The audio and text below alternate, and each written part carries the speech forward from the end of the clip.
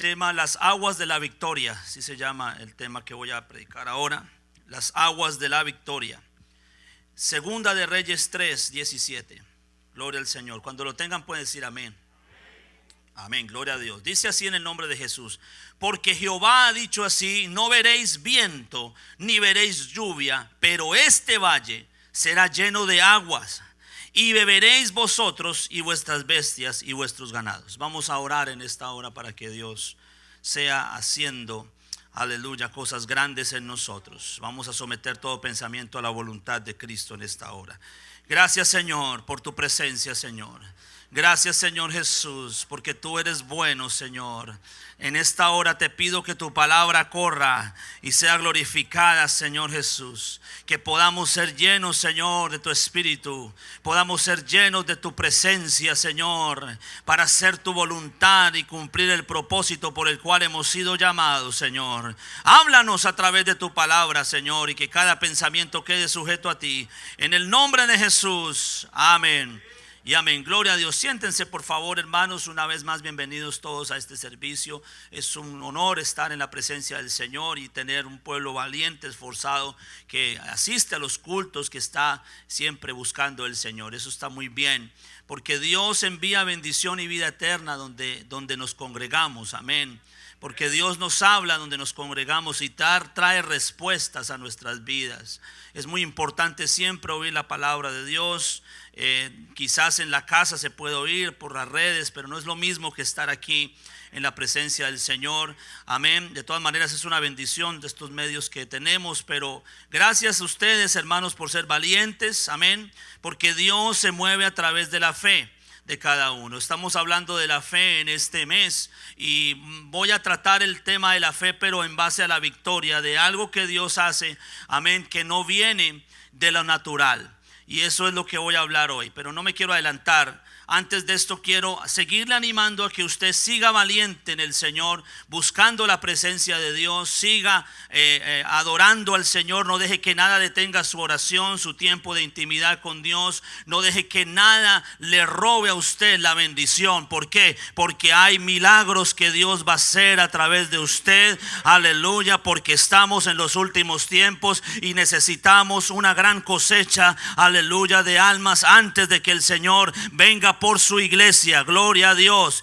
Por eso no nos escandalicemos con lo que está pasando en el mundo, sino al contrario, más bien démosle gloria a Dios, porque cada cosa que está aconteciendo en el mundo está comprobando que la venida del Señor está cada día más cerca, aleluya, y la salvación está más cerca que cuando creíste, aleluya. Por esa razón le animo a que sígase llenando de fe, aunque las cosas no se presenten en lo natural o como lo esperamos. Aquí estamos viendo una historia, hermanos, acerca del profeta Eliseo cuando ya está ejerciendo su ministerio. Y vemos entonces de que después de Acab siendo un rey malo, conocemos la historia de Acab, conocemos la historia de su esposa Jezabel, que es un personaje muy conocido en la Biblia, muy maquiavélica, doña Jezabel.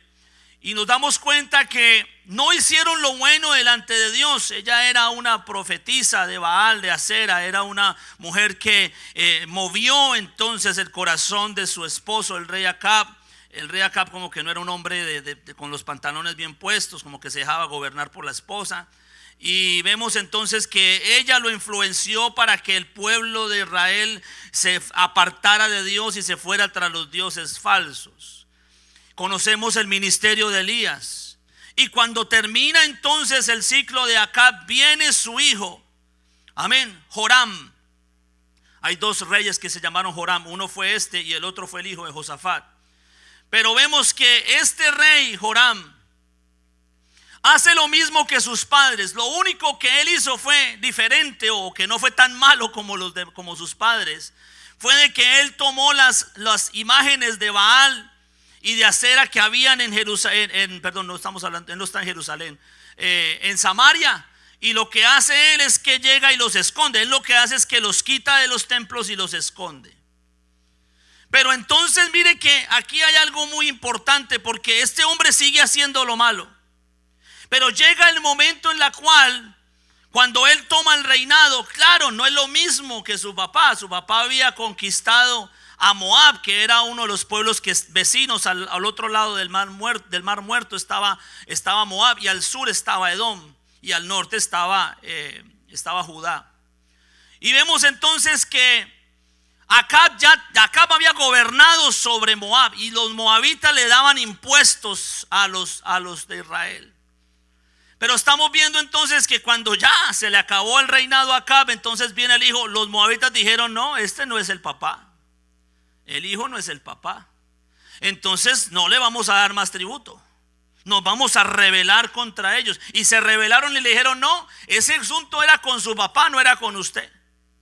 Entonces el muchacho se toma valentía y dice: no vamos a dejarnos gobernar por estos tampoco, y tampoco vamos a dejar a perder ese impuesto que le estamos poniendo. Voy a ser inteligente, dijo él. Y sí, el muchacho fue muy inteligente, porque dijo: voy a ir a pelear contra Moab, pero no voy a ir solo.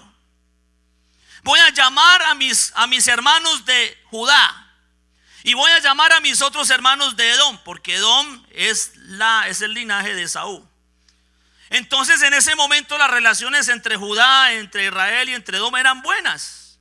Entonces Joram llama a Josafat y le dice: voy a pelear con los moabitas, ¿te alías conmigo para que peleemos juntos, o te vas a poner en contra mía, o neutral?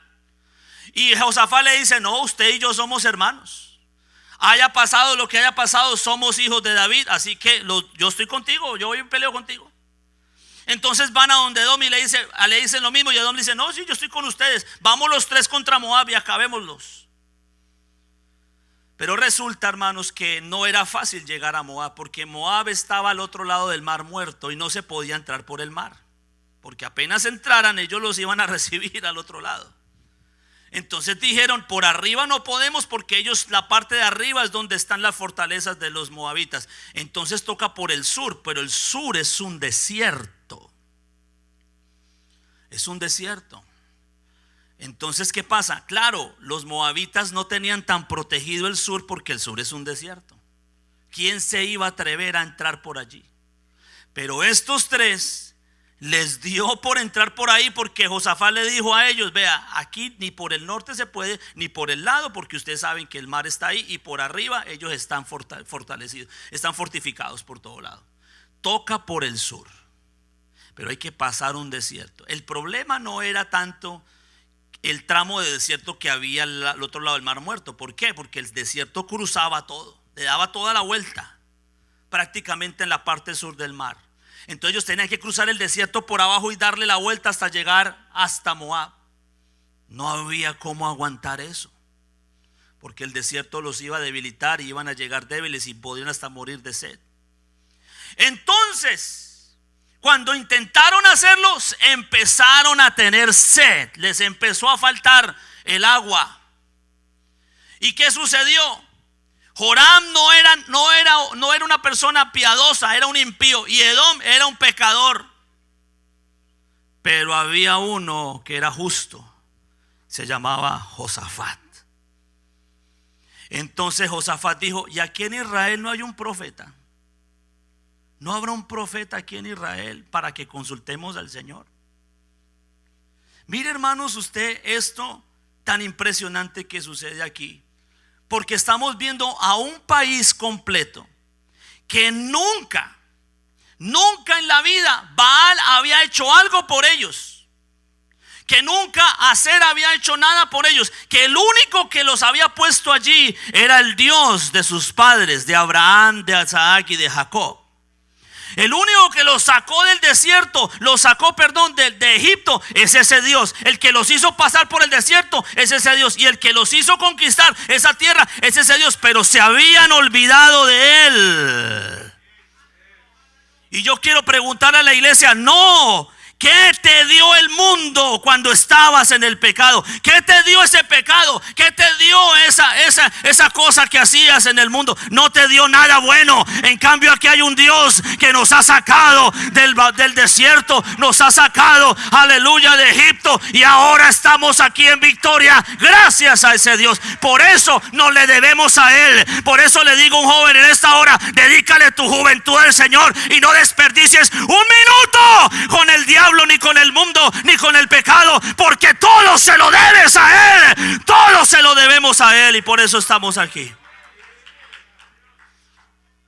Esta mañana lo enseñaba, una anécdota que estaba dando acerca de los hijos de pastores. Estaba enseñando una vez hijos de pastores en Colombia hace varios años ya, en un campamento que me invitaron a predicar, y entonces tuve una sesión con los hijos de pastores y les dije, expongan sus quejas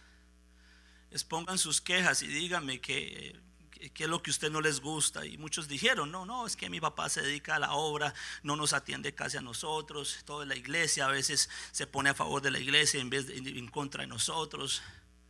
Y algunos decían, no, estamos cansados de tanto culto, estamos cansados de tanta iglesia.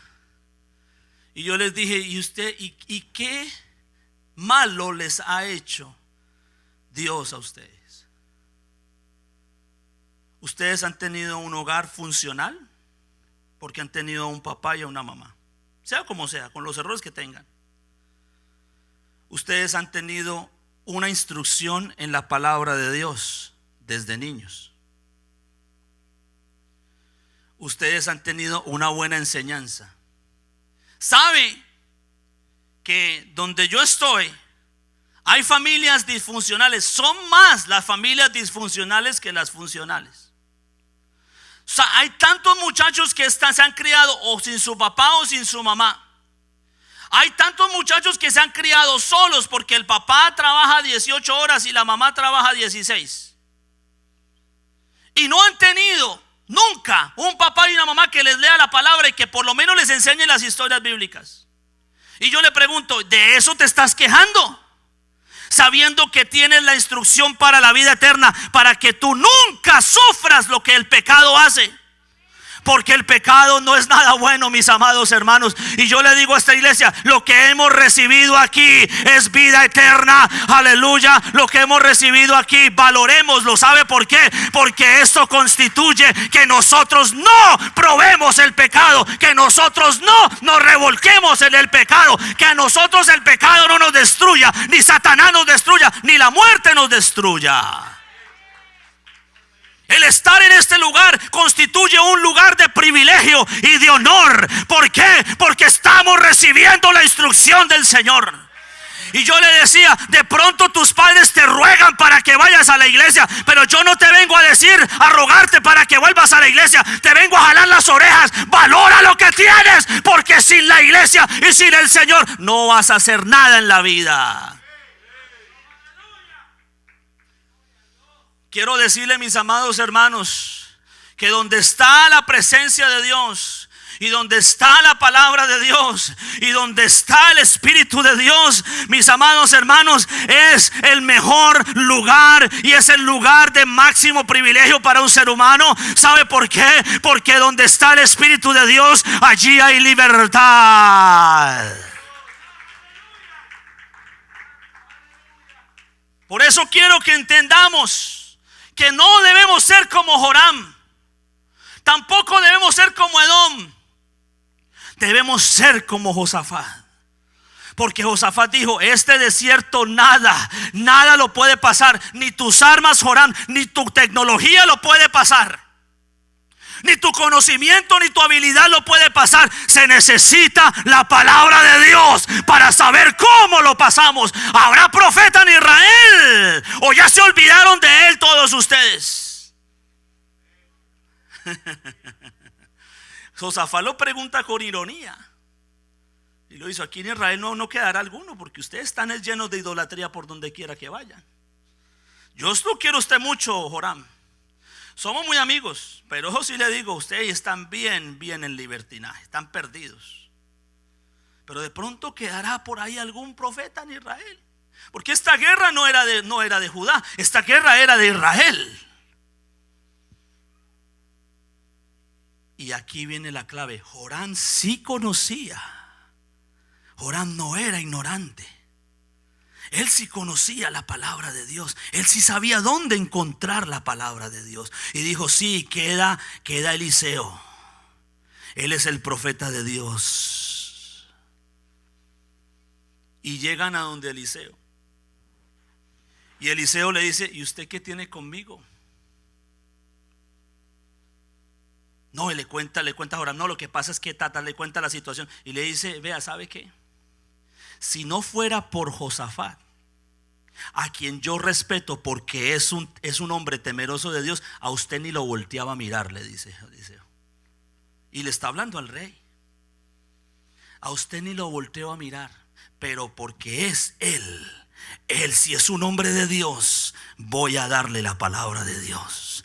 Mire lo que cuesta. Mire hermanos, el valor que tiene alguien que es temeroso de la palabra de Dios. Mire el valor que tiene el que ama al Señor, el que sigue al Señor, el que respeta al Señor, el que le teme al Señor. Mire el valor que tiene. La palabra tiene y trae revelación a aquel que está pegado al Espíritu, aquel que está conectado con Dios. Esa persona tiene la palabra de Dios, tiene la revelación y tiene la respuesta.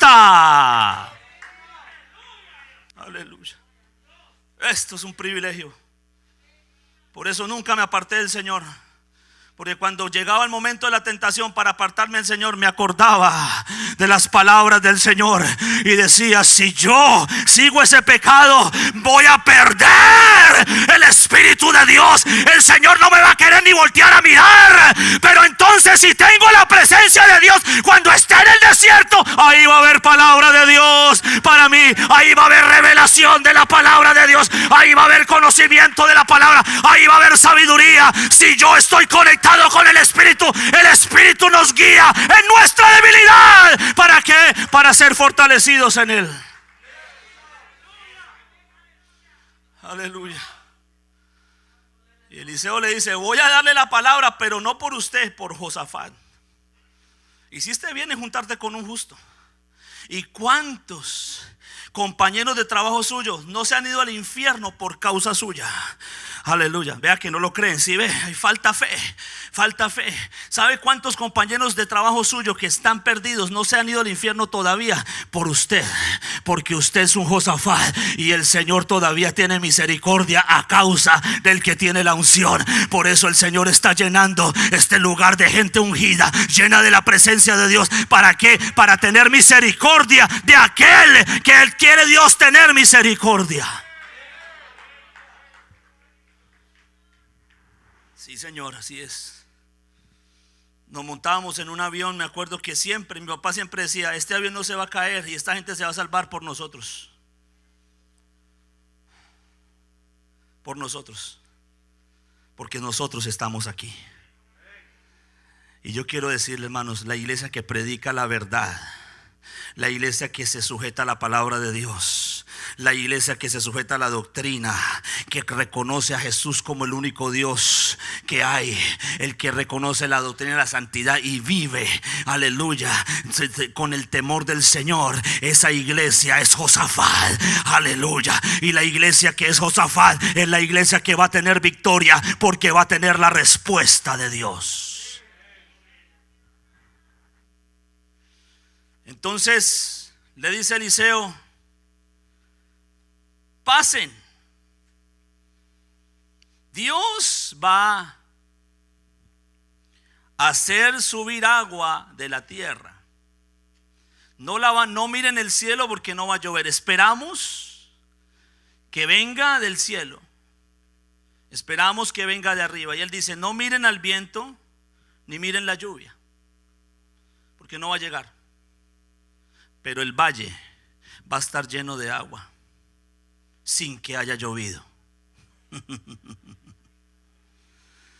Hablo con esos cristianos que en sus desiertos pueden hablar en lenguas todavía.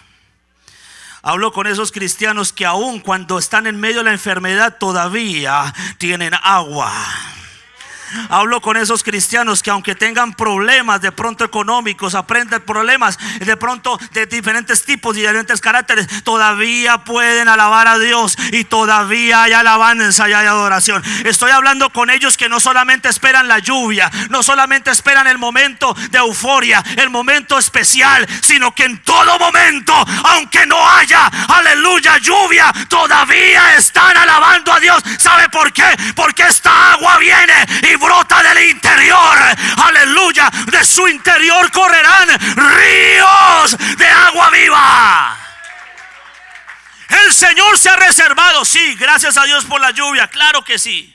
Hemos tenido unos tremendos, hermano, eventos y gloria a Dios. El Señor nos ha llenado de esa lluvia temprana y tardía. Pero quiero decirle que cuando la lluvia se acaba, hay una reserva dentro. Hay una reserva que se busca de rodillas. Hay una reserva que se busca allá en la tierra. Y el que se humilla será exaltado, porque va a encontrar aguas. El que se postra, el que adora, el que ora, el que ayuna, el que busca la presencia de Dios, va a encontrar aguas. ¿Por qué? Porque el Señor va a hacer que su broten ríos.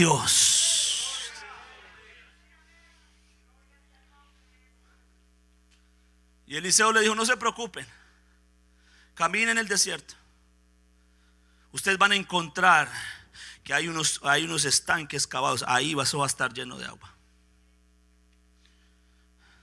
Porque muchos esperan la bendición de afuera, de arriba. Y eso está bien, esa bendición viene, no la descarto. Elías oró por lluvia y la lluvia salió. ¿De dónde? Del cielo. Pero aquí estamos hablando de en el momento más difícil, en el momento de escasez, en el momento de pandemia, cuando estábamos todos allá en la casa. ¿Sí ve que los que no tenían nada por dentro se apartaron? ¿Sí ve que los que no tenían nada, no tenían estanques de agua en su corazón, se perdieron? Pero nosotros seguimos aquí porque todavía teníamos una reserva, ¿sí o no? Podíamos alabar al Señor aún en nuestra casa cuando el templo estaba cerrado. El diablo pensó que la iglesia cerró porque ya no hay más, ya no van a haber más cultos, ya no va a haber más, no hubo convención, no hubo campamento. Hoy no, los jóvenes se van a apartar. Pues mentiroso, te salió el tiro por la culata, diablo mentiroso. ¿Por qué? Porque todavía hay un pueblo que sabe sacar agua de abajo. Aleluya. ¿Será que este pueblo es esta iglesia? Yo creo que sí, yo creo que sí, yo creo que sí, yo creo que sí. ¿Será que este pueblo es esta iglesia? Yo creo que sí. Nosotros hemos aprendido a sacar agua de adentro, aleluya. Hemos sabido mantenernos en la santidad sin necesidad muchas veces de esperar la lluvia de arriba. Y hablo con esos jóvenes que se consagran, que no se consagran solamente en la iglesia, sino que allá en su escuela son los únicos de pronto cristianos y todavía se comportan como tales, todavía se visten como tales, todavía andan como tales. Ese lugar está desierto, pero ahí hay un estanque lleno de agua. ¡Aleluya! Hablo con esa señorita que va como cristiana siempre, así sea su escuela, así no haya nadie ahí, y todavía sigue, aleluya, en el espíritu. ¿Por qué? Porque es una fuente que sale de adentro. No solamente se consagra en el templo donde llueve, sino también en la casa, también cuando está solo, cuando está sola. Cuando llega la tentación, cuando llega la invitación a hacer lo malo, pueden decir no. Porque tienen un río de agua viva. No son desierto. Este mundo está desierto, está lleno de pecado. Pero hermanos, yo quiero decirle, la iglesia no es un desierto. La iglesia tiene agua de la roca, y esa roca es Cristo, y esa roca es la palabra de Dios. Aleluya. Por eso necesito conocerla, por eso necesito ponerla en mi corazón.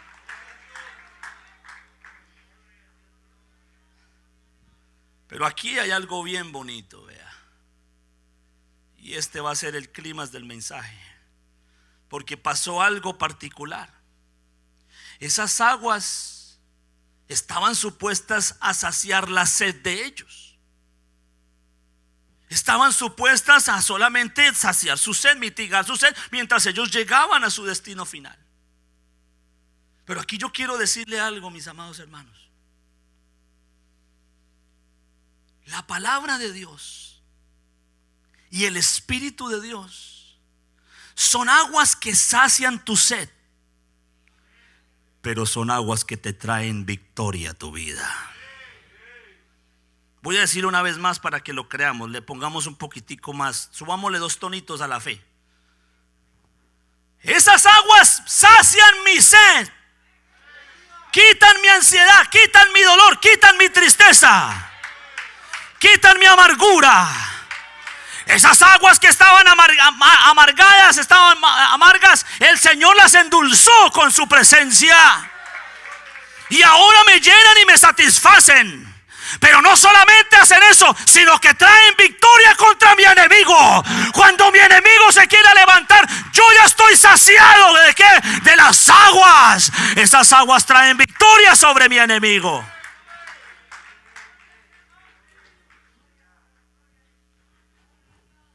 Si tú piensas que por orar no vas a lograr nada en la vida, estás muy equivocado. Cuando tú oras, el cielo se conmueve porque estás sacando agua de abajo. Aleluya. Y tú piensas que no estás logrando nada en tu vida, pues déjeme decirle que el diablo está saliendo corriendo cada vez que tú estás en oración y estás metido en la presencia del Señor, porque esto se llama sacar aguas de abajo, de los estanques. Aleluya. Y a veces pensamos que no, sí me siento bien, pero no, pero mi enemigo todavía está ahí. Y muchos le tienen miedo al enemigo y piensan que no van a ganar buscando el Espíritu de Dios y quieren hacerlo con otras maneras. Pues déjeme decirle, no hay otra manera más para lograr la victoria. El Espíritu es suficiente para saciarte, pero también es suficiente para vencer a tu enemigo. Fíjese que pasaron el desierto y estaban ahí acampando. Ya estaban llegando a la orilla de Moab. Todavía es desierto. El desierto de Beerseba es un desierto muy grande al sur de Israel. Pero entonces vemos que los moabitas estaban al otro lado y vieron el campamento, pero no vieron a nadie. ¿Sabe qué fue lo que vieron? Las aguas. Resulta que como es desierto, y usted sabe que en los desiertos ocurren estos espejismos, ¿no? Resulta que los rayos del sol empezaron a golpear las aguas, y cuando los rayos solares empezaban a golpear las aguas se veían rojas. Y empezaron a mirar, ¿dónde están los israelitas? ¿Dónde están los de Edom? ¿Dónde están los de Josafat? No los veo. Y pusieron a mirar el agua, oiga, esa agua está roja. Blanco es, gallina lo pone y frito se come. Se mataron, se pelearon. Josafat se peleó con Joram y Edom, se mataron entre ellos. Vamos por el botín porque nos dejaron todo servidito. Aleluya. Mire que lo que Satanás quiere atacar más en tu vida es tu fe. Y a fe no me refiero en creer en Dios, me refiero en la doctrina. Ok, porque la fe es la doctrina también. Cuando dice una fe, un Señor, una fe no se refiere a la acción de creer, se refiere a la palabra. Ok, esa es mi fe, lo que dice la Biblia. Entonces Satanás quiere atacar eso. ¿Sabe por qué lo quiere atacar? Porque él quiere que te quedes seco. Porque mire que aquí lo que trajo victoria no fueron ellos, ni sus espadas, ni sus escudos, fueron las aguas. Esta palabra es muy atacada por el mundo, por Satanás, por el gobierno, por todo el mundo. Quiere atacar lo que dice la palabra, pero siguen siendo aguas que van a vencer al enemigo. That's right. Y quiero decirle que lo que va a vencer al diablo es tu fe. Eso es lo que has creído, es donde estás parado. Nosotros por nuestra propia fuerza no podemos matar ni una cucaracha, pero en el Señor todo lo podemos. ¿Por qué? Porque Él es la roca que rompió la imagen. Aleluya, Él es la roca que rompió la imagen y nosotros estamos parados en esa roca. Alguien que le alabe con todo el corazón en esta hora.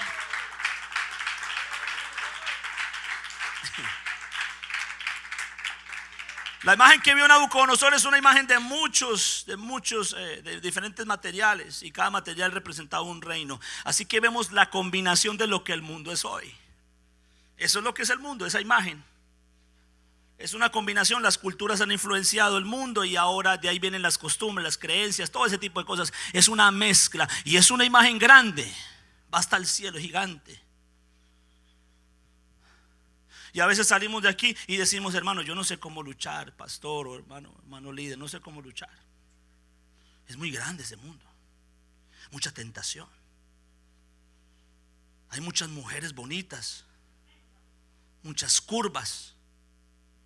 ¿Cómo hago? Es muy grande esa imagen.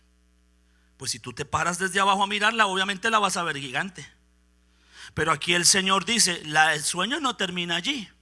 Dice que vino una roca del cielo y le pegó a la imagen y la tumbó. Así que si yo estoy sobre la roca, yo no estoy mirando la imagen desde abajo, la estoy mirando desde arriba. Párate en esta fe, aleluya, y esta fe te dará el poder para vencer esa tentación. Esta fe pondrá colirio en tus ojos para que no veas la carne ni el mundo. Esta fe te va a dar la santidad que necesitas. ¿Para qué? Para que no caigas ni claudiques en dos pensamientos. Esta palabra te va a dar la victoria contra tu enemigo, porque lo que va a vencer esa imagen no somos nosotros, es el Señor. Ellos se acercaron a rescatar el botín, pensando de que esas aguas estaban manchadas de sangre porque ellos se habían matado entre ellos. Pero resulta que cuando llegaron se dieron cuenta que las aguas no estaban manchadas de sangre, que las aguas estaban cristalinas. Y cuando se dieron cuenta que el campamento no estaba abandonado. Ahí estaban toditos esperándolos. ¿Sabe qué es lo peor de todo? Que estos pelagatos se fueron sin armas. Imagínese usted la telaraña, al medio de la telaraña. Y usted no sé si ha visto eso. Yo lo he visto cuando cazan las moscas, sobre todo. La mosca queda atrapada en la telaraña y la araña empieza a darle vueltas y a burlarse de ella. Y deja que se muera sola, no la mata. Deja que se muera. Disfruta el momento en que la tiene donde la tiene que tener. Y si el diablo disfrutó con nosotros cuando estábamos perdidos en nuestros pecados, ¿cuánto más no vamos a disfrutar nosotros cuando Él esté en nuestras redes? Come on. Yo no creo que usted esté contento con lo que el diablo le hizo en el mundo. Come on. Come on, disfruta un poquito, haga lo que hizo Elías. Se burlaba de los profetas de Baal y con una oración sencilla hizo llover fuego del cielo. Aleluya. El Dios que nosotros tenemos ha entretejido una telaraña para que Satanás caiga en su propia trampa. Aleluya. Y nosotros podamos vencer. David vence a Goliat y Goliat queda tirado. Goliat no cae muerto, él queda ahí tirado como medio sonso del golpe que le dieron. Yo me imagino que David agarra la espada y se queda mirándolo y empieza a darle vuelta a la espada. No tan grandulón, no tan gigante, no tan bravo. Tiene la lengua larga porque sí que habla, ¿no? Eso me maldijo y me dijo que me iba a dar a comer a las aves. A ver, lo veo, ¿qué hubo? Levántese a ver. ¿Qué hace que no le da? Venga pues, pégueme, a ver, pega. Aquí me tiene, a ver, un golpecito. Y el otro estaba ahí todo moribundo, allá del golpe. Y agarró su propia espada y ¡prum!, le corta la cabeza. Porque los que estamos en Cristo, hermanos, aleluya, tenemos victoria. Todo lo puedo en Cristo que me fortalece.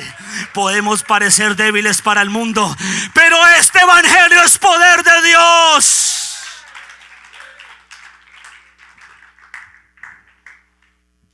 Yo voy a terminar con esto, vea. El Señor le dice entonces, le entrega a Moab. Joram no lo merecía. Joram era un hombre que no temía a Dios. Pero por causa de Josafat trajo victoria sobre Israel. Eso no tenía que ver nada con Josafat. Pero aquí hay algo impresionante al final. Porque mire, hermanos, yo quiero que aprendamos el principio de la fe. La fe se basa en la obediencia, no en los sacrificios. La fe se basa en el oír y obedecer. No se basa en hacer cosas de más o que no tienen que ver con lo que nos están diciendo. Por eso Josafat sabía y él dijo: se necesita la palabra de Dios. ¿Para qué? Para saber qué es lo que Dios quiere hacer. Y Josafat ya era un rey victorioso. Josafat venció a 5 reyes él solito. y lo tenían sitiado. Ustedes saben la historia. Josafat ya pudo haberse creído el mero mero de la predicación, ya el mero mero de las victorias, el mero mero rey. Ah, no, yo tenía a los sirios, que eso eran tremendos, ya tenía este, y a todos los vencí. Me puse a ayunar, a orar, y tenga, mi hijo, los gané, les vencí. Pero Josafat sabía que esa victoria no había venido por él. Hay que oír y obedecer. La fe es oír y obedecer. ¿Sabe por qué le digo esto? Porque el rey de Moab se llamaba Mesa. Mesa vuelve a su reino, a su este. Claro, el pueblo, hermano, lo quiere matar, porque eso acabaron con todo, man. Y entonces, ¿sabe qué hace este hombre? Este hombre, en vez de reconocer a Dios, lo que hace es que da a su hijo primogénito y lo sacrifica a un dios que se llama Quemos. Y lo sacrifica esperando que este Dios le oiga y le dé la victoria. Y sabe que fue peor. Sabe que fue peor porque su derrota fue aún mayor después de haber hecho eso. No solamente pierde su reino, no solamente pierde lo que tenía, sino también perdió a su hijo. Y eso es lo que pasa cuando no obedecemos. Por eso el énfasis de este mensaje es oír y obedecer. Porque Dios nos ha dado un espíritu y nos ha dado una palabra que nos va a guiar en medio de un desierto donde no hay lluvia, donde no hay nada. Y cuando pases por el valle de sombra y de muerte, esta palabra y ese espíritu estarán contigo, y su vara, la vara de Dios y el cayado del Señor te infundirán aliento, y por eso podrás decir: aderezas mesa delante de mí en presencia de mis angustiadores, unge mi cabeza con aceite, mi copa está rebosando. La copa está rebosando cuando Dios está conmigo, cuando su palabra y su espíritu están conmigo. Si tú quieres vencer la tentación y quieres vencer el pecado y a Satanás, lo que te falta es la palabra y el espíritu. Con eso van a generar manantiales de agua. Por eso póngase de pie. Quiero hacer una oración especial ahí donde usted está.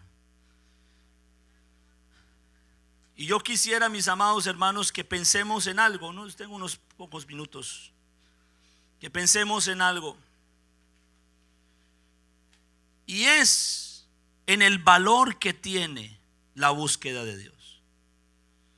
Ahora, no lo digo por nosotros, porque, hermano, nosotros hemos sido criados en una buena palabra, con una buena estructura. Eso es indudable. Entonces, lo que voy a decir ahora no lo digo por nadie aquí, ni mucho menos, porque nosotros hemos aprendido bien. Pero sí existe, hermanos, unos paradigmas que demeritan el poder que tiene el espíritu y la palabra y la búsqueda de Dios. Y piensan que con el talento que tienen para hablar o para predicar o para tocar instrumentos o para cantar, piensan que eso es suficiente, que eso va a traer el Espíritu de Dios. Pero me he reservado este pedazo de la historia para que ustedes entiendan algo. Eliseo no vino y le trajo la palabra de una vez. Eliseo mandó a pedir un tañedor, que es un músico. Y le mandó a pedir a uno espiritual que tocara melodías. ¿Para qué? Para que el Espíritu de Dios descendiera y para que pudiera Eliseo oír la voz de Dios. Esto no era a favor de Dios, era a favor de Eliseo para que pudiera oír. Yo quiero decirle, mis hermanos, que si estamos en el Espíritu, hagamos lo que hagamos, va a haber presencia de Dios. Por eso esta iglesia, niños, jóvenes, adolescentes, ancianos, varones, damas, nunca demerite el poder que tiene la oración, la búsqueda de Dios, la palabra de Dios y el Espíritu de Dios. Nunca cambiemos eso. Yo sé que no lo vamos a hacer, pero nunca lo cambies. De pronto este mensaje algún día lo vas a recordar, y Dios, cuando haya una oferta por allá afuera, cuando un carismático te haga una oferta, o cuando, qué sé yo, tantas cosas que se levantan hoy en día, te ofrezcan cosas, tú te acuerdes de esta palabra y te des cuenta que esto no funciona por el hombre, funciona por el Espíritu de Dios. Nunca te olvides de eso. ¿Sabe por qué? porque es lo que te va a mantener de pie. Es lo que te va a mantener vivo. Es lo que te va a mantener irreprensible. La palabra irreprensible quiere decir que no tiene tacha, no tiene falla. Y el Señor está esperando a una iglesia irreprensible. Por eso 1 Tesalonicenses capítulo 5 versículo 22 dice, amén. Y Él que Él nos santificará por completo, y todo nuestro ser, espíritu, alma y cuerpo sea guardado irreprensible para la venida de Cristo. Que tú estés firme, aunque cuando salgas de acá tengas que enfrentarte de pronto a una tentación o algo que quiera aparecer, tú todavía tengas un estanque de agua en tu corazón y digas: nada me separará de este amor que he creído. Por eso en esta hora yo le pido que haga una oración. Si usted realmente quiere pasar estos desiertos, si usted realmente quiere tener victoria, este espíritu, esta palabra te darán victoria. Por eso preséntate delante del Señor. Presenta todo tu ser. No dejes nada por fuera. Presenta tu alma, tu espíritu, tu cuerpo. Si de pronto hay una enfermedad, si de pronto emocional o espiritual, si de pronto hay un pecado, Dios te perdona, pero tienes que arrepentirte hoy. No dejes que eso perdure, que eso continúe, que eso dañe, siga haciendo más daño. Conéctate con el Espíritu en esta hora y dile: Señor, aquí estoy. Esta oración no es una oración de euforia, es una oración de meditación. Yo le pido a usted que medite, que use su razonamiento en esta hora. Habrá oportunidad para que hablemos en lenguas y todo esto. Eso es necesario también, sí. Pero en esta hora, en este momento, yo quisiera que usted haga esa oración meditando en su vida. Dígale: Señor, examíname, oh Dios, y conoce mi corazón. Pruébame y mira si hay camino de perversidad y guíame en el camino eterno. No quiero apartarme. Por eso dice ahí: no te apartes ni a la derecha ni a la izquierda.